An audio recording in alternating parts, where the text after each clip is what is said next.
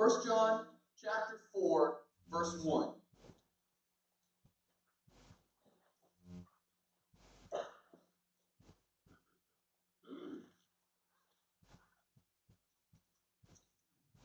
Here's what the word says. Beloved, do not believe every spirit, but test the spirits to see whether they are from God. For many false prophets have gone out into the world. By this you know the Spirit of God. Every spirit that confesses that Jesus Christ has come in the flesh is from God, and every spirit that does not confess Jesus is not from God. This is the spirit of the Antichrist, which you've heard was coming, and now is in the world already.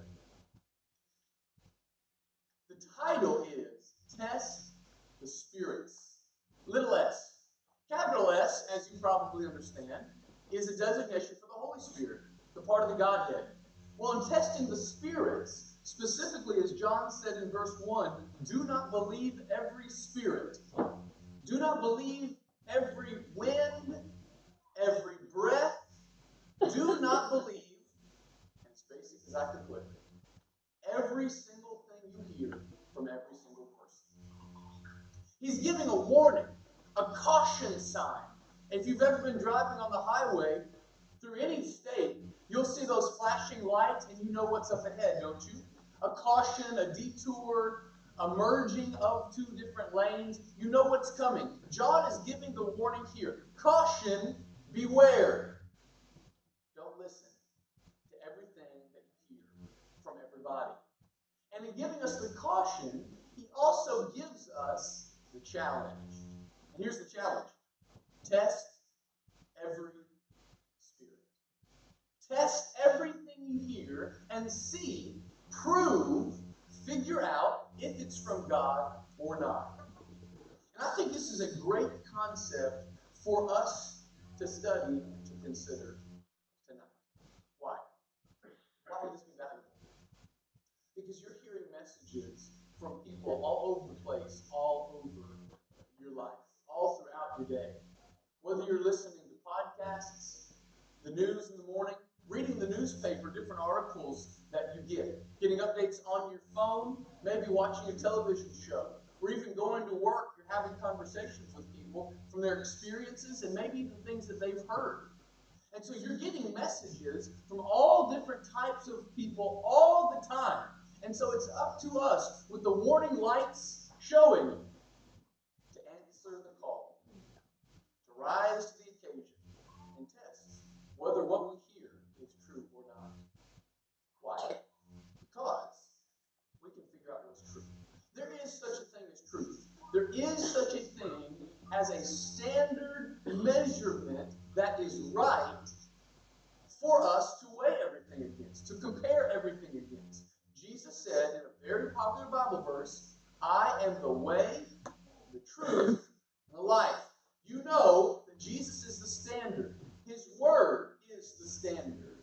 And even that idea of standard, it just means measurement. On my wall, there's a nail. And hanging on that nail is a yardstick. And on that yardstick is a standard measuring tool. Numbers, distances.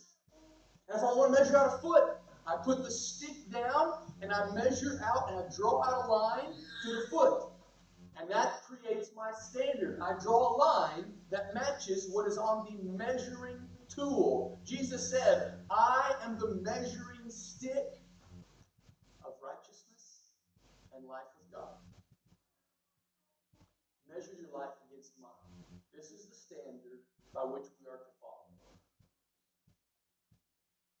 Truth is absolutely attainable. Truth is absolutely verifiable.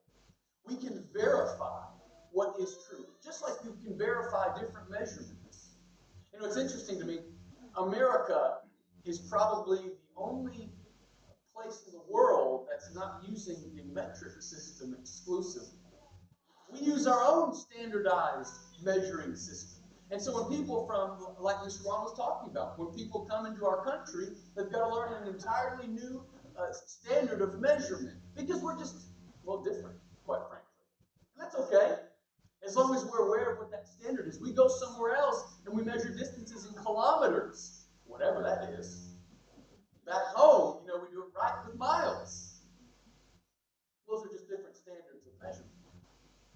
Some people will suggest, when it comes to Christianity, when it comes to God, I'm just using a different standard of measurement. You may use miles, I use kilometers, but we're both using a measurement. I would say no to that. I think those 2 kilometers and miles represent 2 types of thinking that we're going to examine tonight. Some people say, I'm basing my conclusions off of these feelings or emotions that as I interact with God and as I experience God in the Spirit, I move to these conclusions. I feel this way, I must conclude these things. Well, that's kilometers. That's all those other guys, right? And then some might say, well, you have to exclude emotion for a certain amount of time because you need to start with rational thinking. So 2 things. As we test the spirits, because we're trying to figure out how we do things. Foundationally, we've got to start. Do I think emotionally or rationally? Emotive-based or rationalistic-based thinking? Let me explain. Here's why this is important. What is emotional thinking? Well, any good student will go straight to Google. Emotional thinking refers to a generalized inability to distinguish emotions and thoughts. Strong emotions tend to interfere with balanced and realistic thought processes, and it can possibly result in distorted views of situations and relationships. What I see here are 4 main ideas with emotionalistic-based thinking.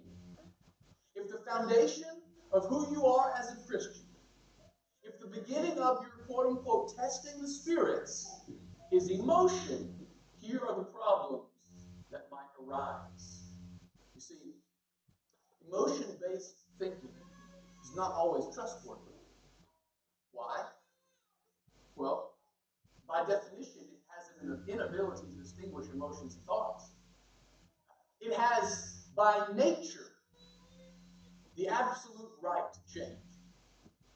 What do I mean by that? Well, just a few days ago, I was rooting against 18 and 19-year-old boys, and I was loving watching them fail as Duke lost to Gonzaga. I smiled every time an 18-year-old child failed. That is poor emotions. It was absolute jealousy because Kentucky's not nearly as good as Duke this year. I smiled as we dominated Louisville on the football field. Yet again, boys. What 30-year-old man takes delight in watching children fail? But we do it every Saturday. Emotions change. You think on Sunday, I want to watch 18 and 19-year-old boys fail in their faith? Absolutely not. Emotions change by nature. Therefore, they can't be trusted. They're not always to be trusted, at least. They differ among people and personality types. This is big. Because some people just by nature are like this. They are rocks. Some of you are those rocks. And others are the roller coasters. You rock and roll. The only rock you have is the roll part. You're going like this all over the time. And so there are different types of emotionalistic people. Some are steady, some are up and down. So they're not always to be trusted because they differ from person to person. Beyond that, they could possibly cloud your mind based upon what's going on in your life. And in doing so, they could distort reality. If you base your testing of the spirits on emotions, this is what you're going to have to deal with. It's shaky at best, not to be trusted. So there's the other concept, the rationalistic thinking. The definition is systematic extension and development of ideas, defined rules of inference and deduction, avoiding logical fallacies, rhetorical distortions, cognitive collapses. All of these things can be boiled down to these 3, in my opinion. Yes, good. Fixed plan, understood principles, avoid inconsistencies. A rationalistic way of thinking will lead you to proper and consistent conclusions about the spirits. Now go back to 1 John chapter 4, verse 1. Let's not forget what we're doing here. Beloved, do not believe every spirit, but test the spirits to see whether they are from God or not. Now we need to understand, in the first century culture, this was a miraculous gift, I believe. 1 Corinthians chapter 12, look at this. I honestly don't know if I've ever seen this until preparation for this lesson. In 1 Corinthians chapter 12, I've read over it, but I've not really considered it in depth. 1 Corinthians chapter 12, verse 4, this is that first century context where there is no canonized scripture. All they have is prophecy and preachers coming and speaking to them. And so verse 4 begins and says, now there are a variety of gifts, but the same Spirit. There are varieties of service, but the same Lord. And there are varieties of activities, but it is the same God who empowers them all and everyone. To each is given the manifestation of the Spirit for the common good. To one is given through the Spirit the utterance of wisdom. To another, the utterance of knowledge, according to the same Spirit. To another, faith by the same Spirit. To another, gifts of healing by one Spirit. To another, working of miracles. To another, prophecy. I know I've said a lot of words, but watch this in verse 10. To another, the ability to distinguish between spirits. In the first century, when Christians were young, babes in Christ, and they did not have a standard of measurement to weigh everything against, they had to have God's Spirit empower people in different locations to test and see whether what was being preached and prophesied about was true. Because back over in 1 John chapter 4, there were antichrists. There were people going around making prophecies that Jesus was not the Messiah. And so people literally had to be gifted by the Spirit miraculously to test whether these things were true or not. Now things have changed today. Things have changed because we have a standard of measurement by which we can weigh everything we hear against. We can play the comparison game. What I heard on Sunday from the preacher, what I heard on the weekend through a podcast, what someone told me on Tuesday afternoon. Now, let me measure that. Let me weigh that against Scripture and see which one is true. Let me test the Spirit to see if it's from God or not. And it makes sense. If you were to read 2 Peter chapter 1, verses 19, 20, and 21, it says that no prophecy was ever spoken, no interpretation, rather, was ever given by the interpretation of men, but by God. They were moved by the Spirit, and they recorded the Word. That same word from 2 Timothy chapter 3, verses 14, 15, 16, and 17, which I want us to read through, it says these words. But as for you, continue in what you have learned and what you firmly believe, knowing from whom you learned it, and how from childhood you've been acquainted with the sacred writings. That was the available scriptures of the time, which are able to make you wise for salvation through faith in Christ Jesus. All scripture is breathed out by God. It's profitable for teaching, reproof, for correction, and for training in righteousness, that the man of God may be competent, equipped for every good work. We have a standard of measurement. Truth is attainable. Truth is verifiable. And the standard by which we measure it is God's Word. And we've got to be people of God's Word. Years ago, it was said that in the churches of Christ, you would hear God's Word read over and over, quoted over and over, used and taught over and over and over again. It was our calling card. I hope that still resonates with people today. I hope that's what we're known by. And this is the standard of measurement that we use today. Why? Because of the Hebrews chapter 5, verse 13 and 14 problem. You ought to be more mature eating meat at this point in time, but you're still nursing on milk. When you should be eating the meat of the Word, you're just drinking the milk of the Word. You need to grow and mature by studying the standard of measurement that God has given to us. I'm belaboring this point because I think this might be, outside of Jesus being the Christ, the Son of God, this might be the most important lesson I've ever learned in my life. Respecting God and His Word and believing it as it is, the complete Word of God. This is our standard of measurement. This is by which we weigh everything. It's a personal and congregational responsibility to weigh and to test the spirits. I know back in the first century, only a few people had that gift. Only a few people had that miraculous ability. But today, we each have a responsibility. Number one, our elders ought to be testing all things as a shepherd the flock. But then as individuals, we ought to be testing all things as we ourselves come to know the truth and mature up into manhood. The Bible says, like it says in Ephesians, I believe it's chapter 3, verses 11 through 14. We need to mature into the fullness of Christ so we're not tossed to and fro by every wind of doctrine that we hear. This is vitally important for us if we're going to properly test the spirits. So let's get down to the nitty-gritty, shall we say.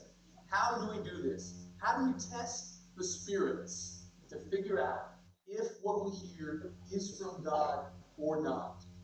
Well, I want us to understand that we aren't the first people to have to do this.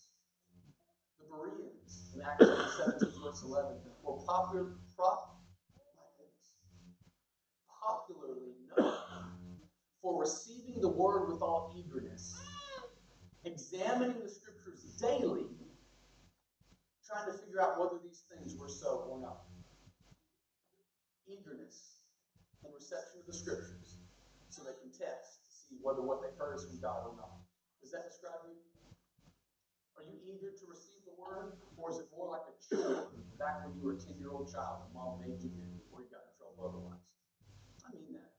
I preached on that earlier in the year. Loving God and His Word.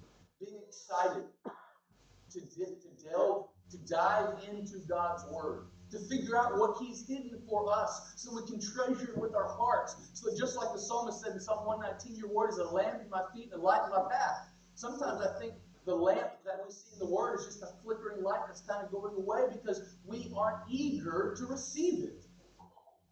We've grown so accustomed to it, a callus has grown up over our hearts, and we're not excited to confront God and His Word. But it's more like a chore we have to do. How do we reignite the excitement in receiving God's Word as it truly is medicine, healing, and life?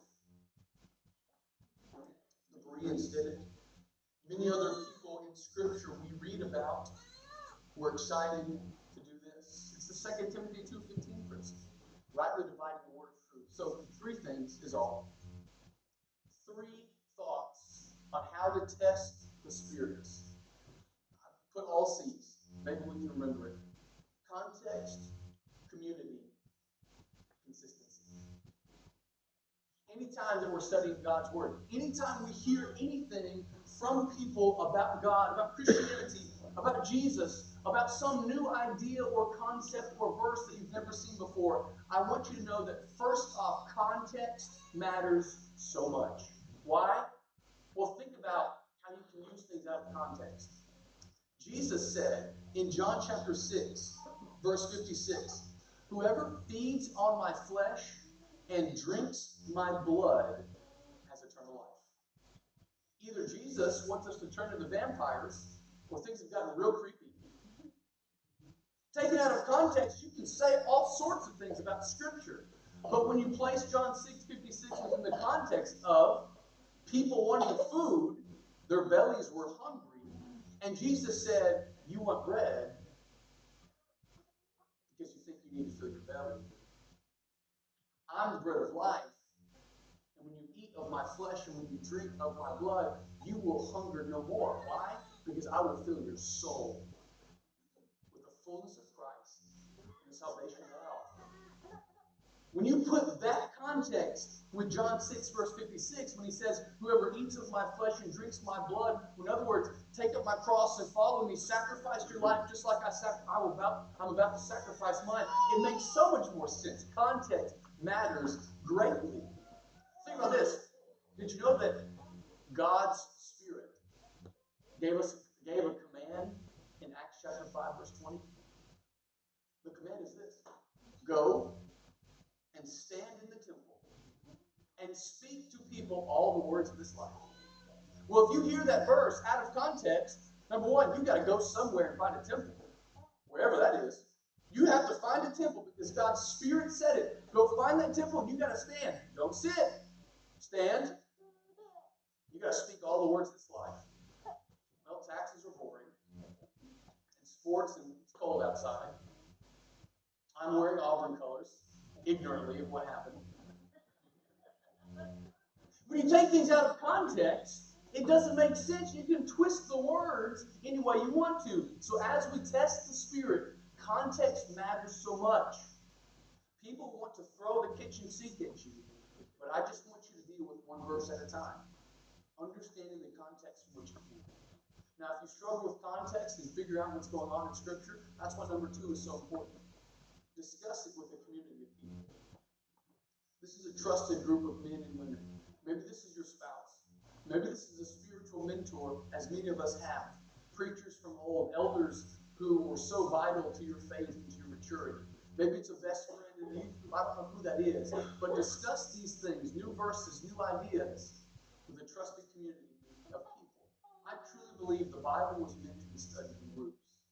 There's a place for individual study and individual conclusions, but I absolutely believe that God gave us a body of believers for a purpose. You think about it. Did Jesus go evangelize the world on his own? No, he chose 12. And even from the 12, there were the inner circle of 3. You think about the apostles. When Jesus sent out the apostles to go into the different cities, did he send them out one by one? No, 2 by 2.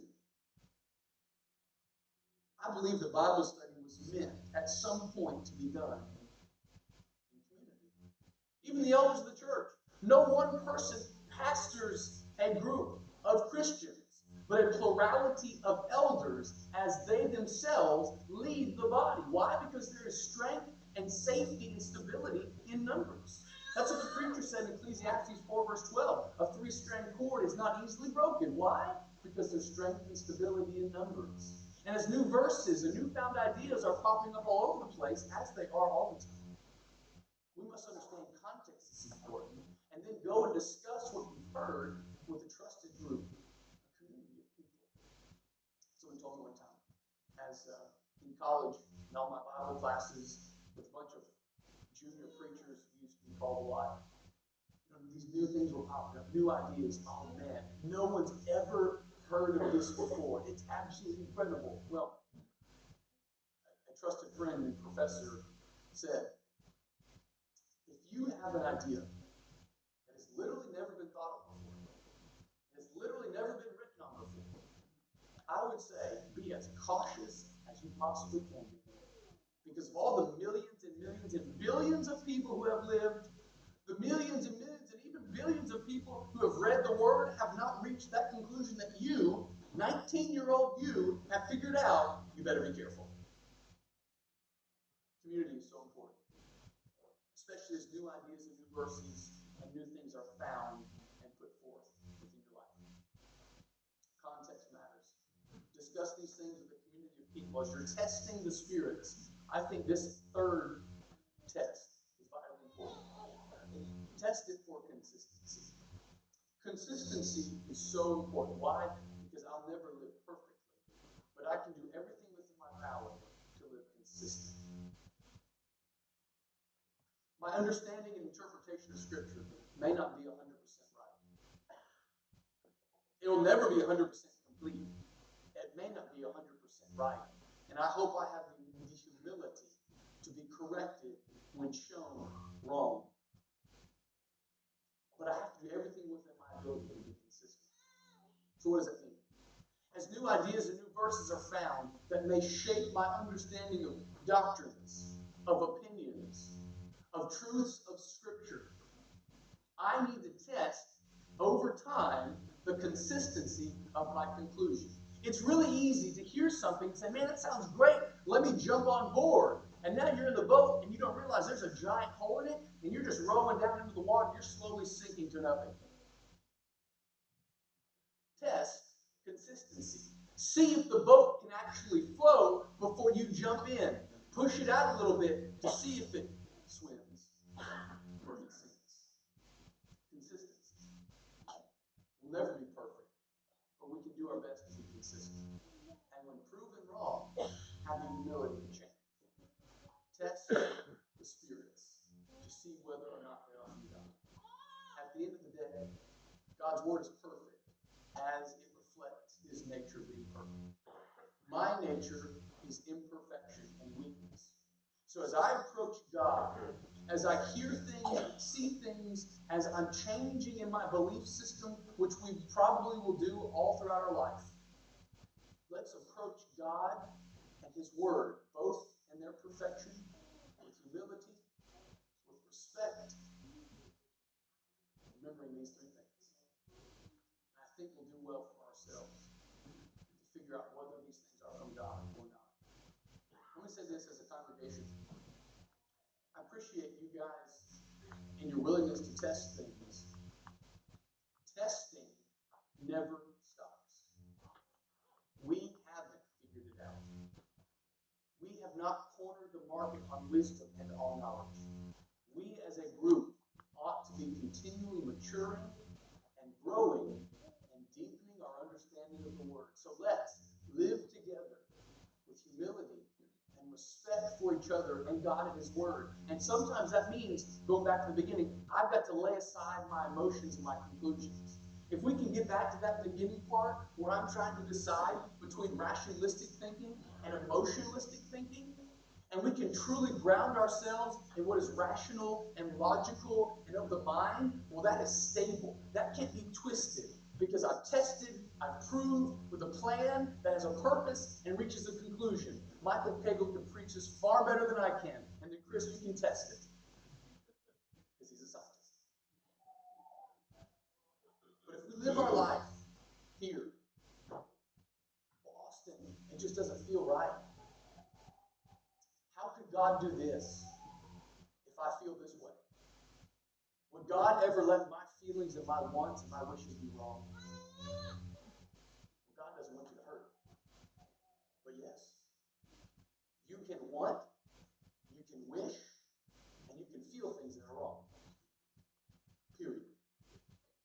Now that's easy for us in most areas of life because we've been trained and we've been brought up in the way of the Lord, and so our feelings have been filtered through God and his will for our lives. But as we interact with people who have not had that filtration and that maturation process, where their feelings, their emotions, and their wishes go against God's will, that's when it becomes absolutely challenging. Let's interact with those individuals with grace and love, but also the truth of God's word. And so if any of us tonight have been operating as a Christian with an emotion-based system, feels right, must be right. Try to change. Think rationally, logically, consistently, and then let your emotions follow. I think that will help us all become healthier students of God's word. I think that will help us be more consistent with our conclusions of what is and what is not true. As we conclude, I know this was not as much of a plea for righteous living as other sermons have been. But I want you to know, as you've thought about your life and the way you think and the way you feel, I hope that you feel close to God. I can't test what I hear against Scripture unless I'm close to Scripture. In other words, I can't test to see whether things are from God unless I myself am near to God. Scripture says, draw near to me. Come, let me bear your burden. My yoke is easy. My burden is light. If you're not close to the Lord, don't leave this building tonight without making that change. We want to help draw you closer in the right relationship with the Lord. Forgive of sin. Maybe just ripping away the calluses from your heart. If we can help you in any way, we truly want to do that. Pray with you, support you. And elders been selected to pray for you.